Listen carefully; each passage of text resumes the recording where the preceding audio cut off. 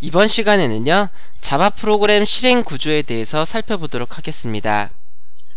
자, 먼저 이번 시간을 통해서 배우실 학습 내용을 살펴보도록 하겠는데요. 먼저 자바 프로그램의 실행 구조에 대해서 살펴보고요. 자바 가상 머신인 JVM에 대해서 살펴보도록 하겠습니다. 자, 먼저 소스 코드와 기계어에 대해서 살펴보도록 하겠는데요. 자, 소스 코드는요, 개발자가 만드는 프로그램 코드를요, 소스 코드라고 부릅니다. 이러한 소스 코드는요, 개발자가 알아볼 수 있는 형태로 만들어지게 되는데요. 자, 이는 향후에 기계가 알아볼 수 있는 형태로 변경이 되어야지만 실행이 가능합니다. 자, 이 소스 코드 같은 경우에는 자, 프로그래밍 언어에서 제공되어지는 문법을 통해서 개발자가 작성해주는 그러한 부분이고요. 자연어에 가까운 단어로 사용을 하고 있습니다. 그래서 이러한 문법적인 요소를 공부하는 데 있어서는요, 여러분들 크게 어려운 부분이 없습니다. 만약에 실행이 되는 프로그램을 기계 입장에서 사용하고 있는 기계어라는 언어를 통해서 프로그래밍을 한다면은요, 간단하게 안녕하세요라는 문자를 화면에 출력하는 코드를 만든다고 하더라도요, 굉장히 복잡하고 어려워질 수밖에 없습니다. 자, 그래서 개발자 입장에서는 쉽게 프로그램을 만들 수 있는 소스 코드라는 것을 제공을 하고요. 이러한 소스 코드 방식을 통해서요, 향후에 기계가 알아들을 수 있는 기계어로 변환하는 구조로 만들어지게 됩니다. 자, 다음으로 기계에 대해서 살펴보도록 하겠는데요. 자, 기계어는 프로그램을 실행하는 시스템이 알아볼 수 있는 형태, 즉 인식할 수 있는 형태로 만들어진 기계 입장에서의 소스 코드입니다. 자, 시스템은요, 기계어로 되어져 있는 코드를 해독해서 작업을 하게 되어져 있는데요. 자, 기계어는 시스템마다 다른 체계로 제어되어 있기 때문에요, 시스템에 맞는 기계어로 제작이 되어야지만 현재 시스템에서 인식이 가능하여 실행을 할 수가 있습니다. 자, 그 다음에 컴파일러에 대해서 살펴보도록 하겠습니다. 자, 컴파일러는요, 개발자가 만든 소스 코드를 시스템이 인식할 수 있는 형태로 만들어주는 소프트웨어들을 의미를 합니다. 이러한 과정, 즉 개발자가 만든 소스 코드를 시스템이 인식할 수 있는 형태로 만들어주는 이러한 과정을 컴파일이라고 부릅니다. 또한 이러한 컴파일 작업을 해주는 소프트웨어를 컴파일러라고 부르게 됩니다. 자, 컴파일러에 만들어진 결과물은 언어마다 다를 수가 있는데요. 자바 같은 경우에는 시스템이 인식할 수 있는 언어 체계인 기계어가 아니라요, JVM, 즉 자바 가상 머신이 인식할 수 있는 바이트 형태의 코드로 만들어지게 됩니다. 이러한 바이트 코드는 프로그램이 실행될 때 JVM에 의해서 기계어로 변경이 되어 실행이 됩니다. 자, 이러한 구조로 되어져 있는 이유는요, 자바 같은 경우에는 개발자가 한번 만들어진 소스 코드를 실행을 하는데요, 만약에 실행되어진 시스템이 여러 군데다 라고 하면은, 자, 개발자가 만든 소스 코드를 컴파일 과정을 통해서 시스템이 인식할 수 있는 코드로 만들어진다라고 가정을 하겠습니다. 만약에 그렇게 만들어지게 된다고 한다면은요, 개발자가 만드는 이 소스 코드, 즉 개발자가 이 만들어지는 결과물을요, 시스템에 맞게끔 하나하나 다시 다 만들어줘야만 합니다. 이런 과정이 굉장히 귀찮고 복잡한 과정이기 때문에요, 자, 자바에서는 그러한 과정 대신에요, 만들어진 그 소스 코드를 컴파일을 통해서 자바 가상 머신이 인식할 수 있는 코드로 만들어주고요. 그리고 각 시스템에 설치되어져 있는 자바 가상 머신이 그 소스 코드를 분석해서 각 자바 가상 머신이 관리하는 시스템, 즉 시스템에 맞는 기계어로 실행할 때 한 줄 한 줄 기계어로 변환을 해서 실행하는 구조로 가지고 있습니다. 이러한 구조로 가기 때문에 개발자는 프로그램을 한 번만 구현하시면 되시고요. 이렇게 한 번만 만들어진 코드를 자바 가상 머신이 자신이 운영하고 있는 시스템에 맞게끔 변환하는 구조로 가서요, 개발자로 하여금 프로그램 개발의 편리성을 보장을 하고 있습니다.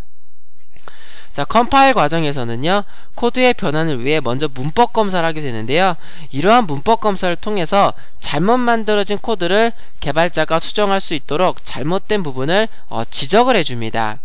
자, 지정된 문법에 의해 만들어진 소스 코드는요,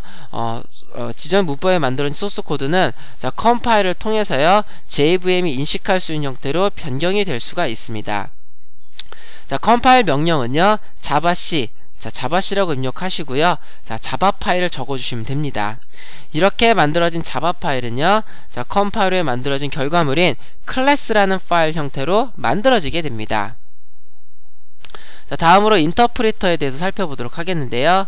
자, 컴파일 후에 만들어진 결과물, 이 결과물이 기계어 코드라면은요, 바로 기계어 코드라면 바로 실행이 가능하지만 운영되는 시스템마다 인식해야 하는 기계어가 다르다라는 점, 이 때문에 시스템이 맞는 프로그램을 하나하나 다 만들어줘야만 합니다. 예를 들어서요, 리눅스용 프로그램, 그 다음에 윈도우용 프로그램, 매킨토시용 프로그램, 이런 식으로 해당 프로그램을 실행하는 환경에 맞게끔 프로그램을 하나하나 다 만들어주셔야만 합니다. 자, 그런데 자바 언어는요, 컴파일 후에 만들어진 기계어, 즉 컴파일 후에 기계어로 만들어지는 것이 아니라 클래스라는 파일로 만들어집니다. 이러한 클래스 파일은 바이트 코드로 이루어져 있는데요. 이러한 바이트 코드는 바로 기계가 알아들을 수 있는 말이 아닌 자바 가상머신이 알아들을 수 있는 말로 변경이 되어집니다. 이 JVM을 통해 인식할 수 있는 코드인 이 바이트 코드는요, 실행 시에 JVM에 의해서 기계어로 변경이 돼서 실행이 되어주게 되는데요. 이러한 일을 해주는 것이 바로 인터프리터입니다. C언어나 C++로 만들어진 코드는요, 컴파일 할 때 만들어진 결과물로 기계어로 만들어지게 되는데요. 자바 언어 같은 경우에는 기계어가 아닌 바이트 코드로 만들어지게 됩니다. 그래서 만들어진 바이트 코드를 프로그램을 실행할 당시에, 즉 C언어나 C++ 같은 경우에는 프로그램을 만들 때 기계어로 변환이 되지만 자바 같은 경우에는 실행을 할 때 바이트 코드를 기계어로 변환을 하게 됩니다. 이러한 역할을 해주는 것이 바로 인터프리터라고 합니다.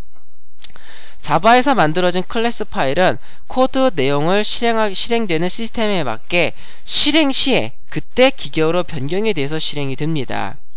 이러한 형태로 제공이 되기 때문에 프로그램을 개발할 때는 한 번만 만들고요. 실행 시에는 자바 가상머신에 의해서 시스템에 맞는 기계어로 변환이 되기 때문에 만들어진 자바 프로그램은 시스템과 별개로, 즉 시스템에 독립적으로 운영이 될 수가 있습니다. 자, 인터프리터 명령은요, 자바 하고요. 자, 실행할 클래스의 파일 이름을 적어주시면 되는데요. 자, 하나의 프로그램은 많은 클래스 파일을 만들 수도 있습니다. 이때요, 어떠한 클래스 파일을 적어줘야 되는지 그 부분이 중요한데요. 바로 프로그램 실행을 할 때는 클래스 파일 중에 메인을 가지고 있는 클래스 파일의 이름을 적어주시면 됩니다. 자, 지금까지 설명한 내용을요, 한번 그림을 통해서 보도록 하겠는데요. 먼저 개발자가 만든 이 자바 파일을요, 자바 컴파일러에 의해서 클래스 파일로 만들게 됩니다. 이렇게 만들어진 클래스 파일을요, 실행을 하게 되면은 각 시스템에 맞는 자바 가상머신이 각각 그 실행 환경에 맞는 기계어로 변환을 해서 실행을 하게 됩니다.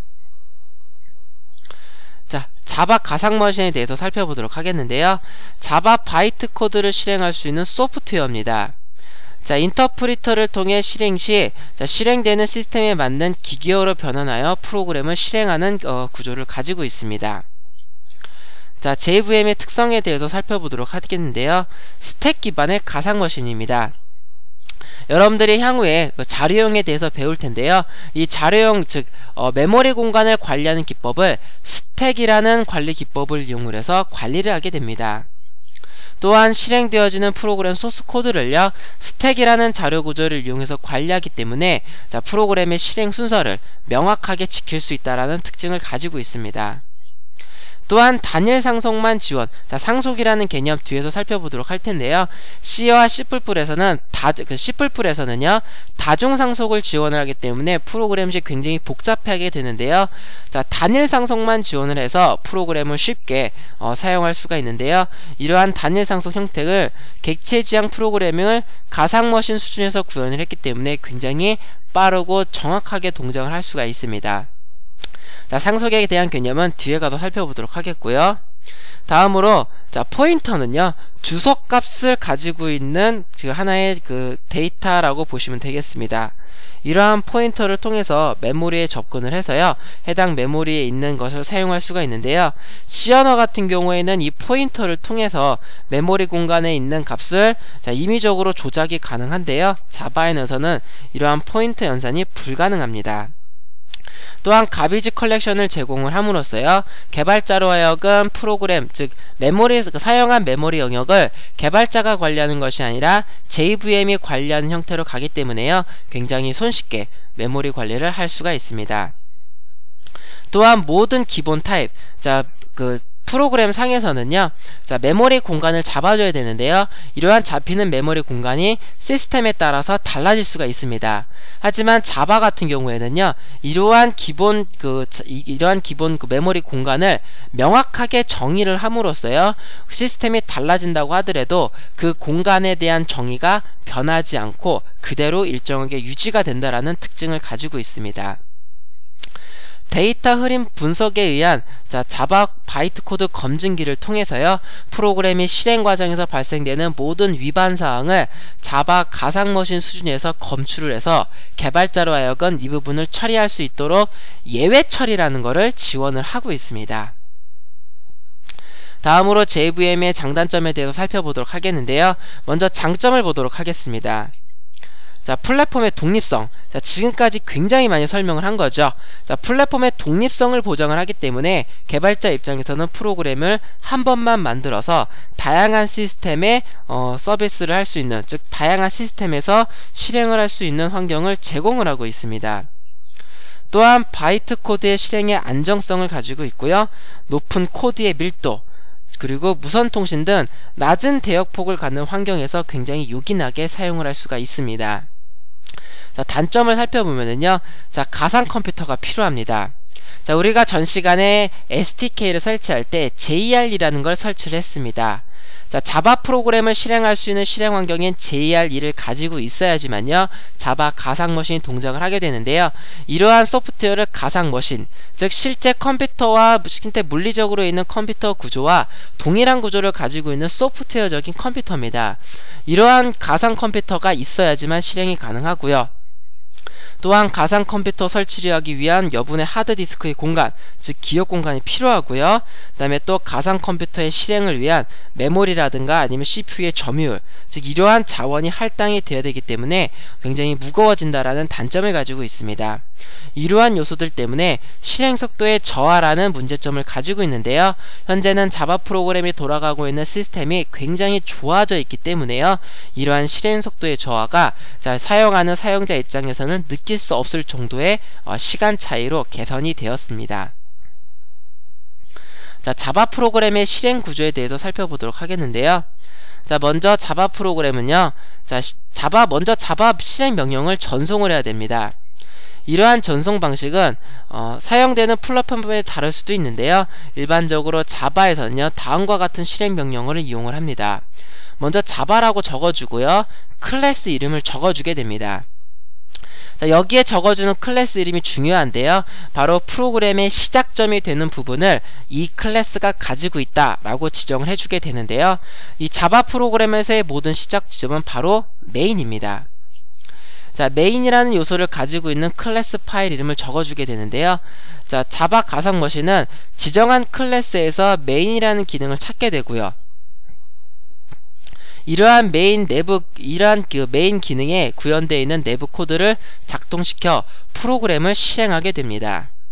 만약에 지정한 클래스에 메인이 없다라고 한다면은요, 오류 메시지를 보여주면서 실행이 중단됩니다. 즉 자바 이후에 클래스 이름을 적어주는 것은 자바 가상머신에게요, 이 클래스 파일에 메인이라는 기능이 있다라고 알려주는 부분이라고 보시면 되겠습니다. 여기서 반드시 자바 이렇게 적어주고요, 그 다음에 한 칸 띄고요, 메인을 가지고 있는 클래스의 이름, 확장자를 제외하고요, 클래스 이름을 적어주시면 됩니다. 여기 클래스의 이름인데요, 보시면은 클래스의 소스코드를 만들어 놓고 메인이라는 걸 만들어 줬습니다. 이 메인은요, 반드시 이름이 이렇게 규칙을 지켜주셔야만 합니다. 이렇게 메인이라는 애를 가지고 있는 클래스 파일을요, 이름을 적어주면은요, 자바 가상머신은 해당 클래스 파일을 딱 열어서 보고요, 거기에 있는 메인이라는 애를 찾고요, 그리고 메인을 실행을 하게 됩니다. 그래서 이 모든 프로그램의 시작점은 바로 이 메인 함수가 되겠습니다. 지금까지 자바 실행 환경에 대해서 살펴봤는데요, 일단 컴파일, 개발자가 만든 소스 코드를 클래스 파일로 만드는 과정을 컴파일이라고 부르고요. 컴파일 실행 명령은 자바C입니다. 자, 인터프리터. 만들어진 클래스 파일을 자, 실행을 시키고요. 자, 실행하는 과정에서요. 자, 바이트 코드로 만들어져 있는 클래스 파일의 코드를요. 그 실행할 때마다 한 줄 한 줄 기계어로 변하는 과정. 이것이 바로 인터프리터입니다. 그래서 실행 명령은 바로 자바고요. 자, JVM. 자바 프로그램을 실행시키는 주체고요. 해당 프로그램이 정상적이고 안정적으로 실행될 수 있도록 각종 지원이 이루어지고 있습니다. 자, 실행 시 작성해주는 클래스의 이름은요, 반드시 메인을 가지고 있는 클래스의 이름을 작성을 해주셔야만 됩니다. 자, 지금까지 자바 프로그램의 실행 구조에 대해서 살펴봤는데요. 자, 컴파일 과정과 실행 과정, 그리고 자바 가상 머신, 이 세 가지 요소를요, 반드시 숙지해 주시기 바랍니다.